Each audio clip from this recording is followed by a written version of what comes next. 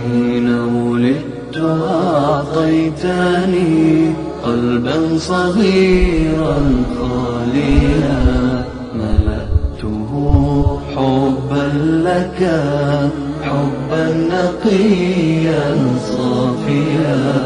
حين ولدت أعطيتني قلبا صغيرا خاليا ملأته حبا لك حبا نقيا صافيا.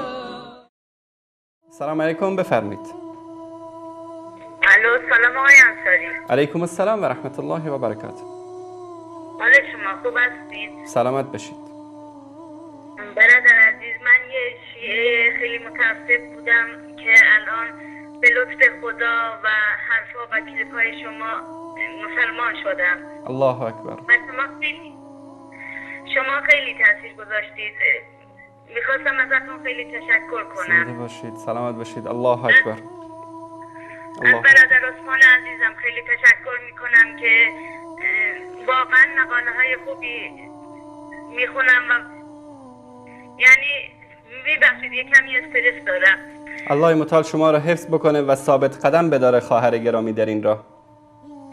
واقعا میخواستم ازتون تشکر کنم در مورد اون کلیپ هایی که پخش میکنید، خیلی تاثیر میذاره. الحمدلله. اون کمدی آخوندی که از خواهش میکنم یه چند بار دیگه پخش کنید، حداقل واسه ما یه طنزی باشه، واسه برای اینا بخندیم، یه کمی هم دلمون خوشحال بشه.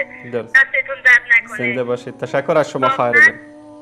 واقعا خیلی زحمت میکشید برادر عزیزم، واقعا خیلی تشکر میکنم ازتون. سلامت باشید. الله متعال شما را حفظ.